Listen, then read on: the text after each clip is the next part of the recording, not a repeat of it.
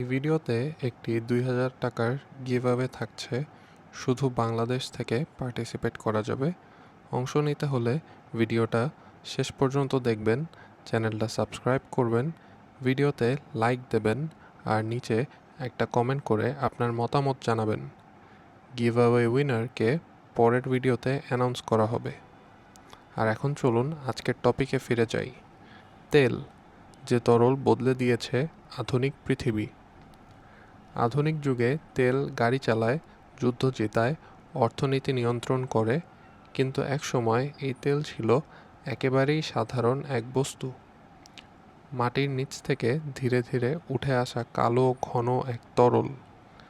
প্রাচীন মেসোপটেমিয়াতে মানুষ এই তেল সংগ্রহ করত প্রাকৃতিক উৎস থেকে।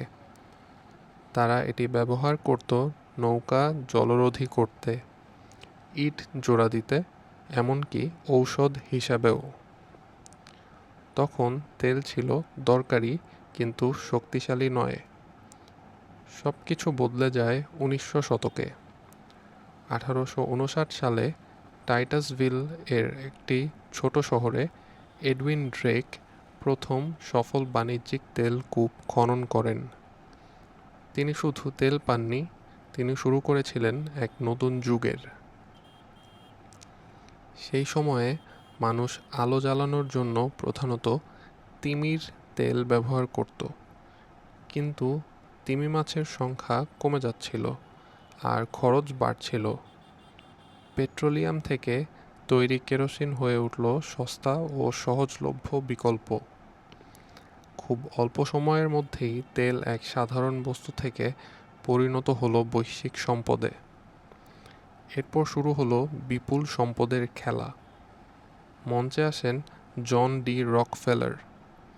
তিনি শুধু তেল দেখেননি, দেখেছিলেন নিয়ন্ত্রণের সুযোগ। তার প্রতিষ্ঠিত স্ট্যান্ডার্ড অয়েল ধীরে ধীরে তেল শোধন, পরিবহন এবং বিক্রির প্রায় পুরো ব্যবস্থাই দখল করে নেয়। ১৮০০ এর দশকের শেষ দিকে যুক্তরাষ্ট্রের প্রায় ৯০% তেল ব্যবস্থা তার নিয়ন্ত্রণে ছিল।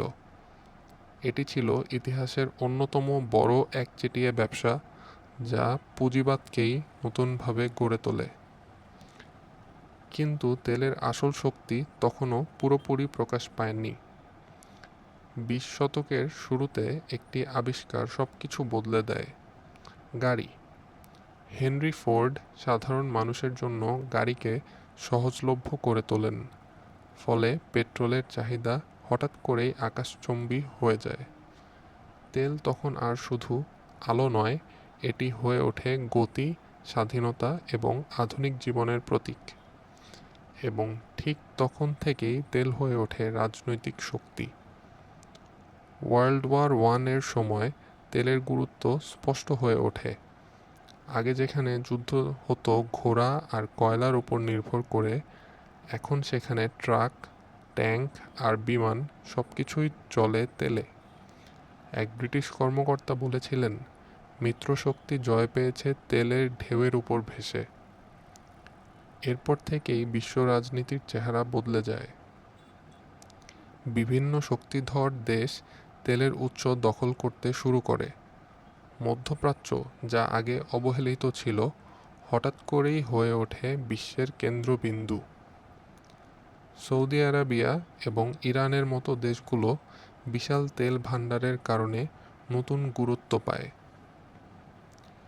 ১৯৬০ সালে গঠিত হয় ওপেক। প্রথমবারের মতো তেল উৎপাদনকারী দেশগুলো একত্রিত হয়ে তেলের সরবরাহ ও মূল্য নিয়ন্ত্রণ করতে শুরু করে। তারপর আসে ১৯৭৩ সালের অয়েল ক্রাইসিস অফ ১৯৭৩। ওপেক কিছু দেশের উপর তেল নিষেধাজ্ঞা দেয়। ফলাফল ছিল ভয়াবহ জ্বালানির সংকট, গ্যাস স্টেশনে দীর্ঘ লাইন আর আকাশছোঁয়া দাম। বিশ্ব তখন বুঝতে পারে তেলের উপর তাদের নির্ভরতা কতটা গভীর। তেল তখন আর শুধু জ্বালানি নয়, একটি ক্ষমতা। এটি যুদ্ধ নির্ধারণ করেছে, রাজনীতি প্রভাবিত করেছে এবং পুরো অর্থনীতি গড়ে তুলেছে। মরুভূমির মাঝখানে গড়ে উঠেছে আধুনিক শহর তেলের টাকায়। বড় বড় কর্পোরেশন হয়ে উঠেছে দানবের মতো শক্তিশালী। কোনো দেশ উন্নত হয়েছে, আবার কোনো দেশ পিছিয়ে পড়েছে, সবকিছু নির্ভর করেছে তেলের ওপর। কিন্তু গল্প এখানেই শেষ নয়। আজকের পৃথিবীতে তেল এখনও গুরুত্বপূর্ণ, কিন্তু নতুন এক পরিবর্তন শুরু হয়েছে। জলবায়ু পরিবর্তনের চিন্তা এবং নবায়নযোগ্য শক্তির উত্থান তেলের আধিপত্যকে চ্যালেঞ্জ করেছে। ইলেকট্রিক গাড়ি, সৌরশক্তি আর বায়ু শক্তি ধীরে ধীরে ভবিষ্যৎকে বদলে দিচ্ছে।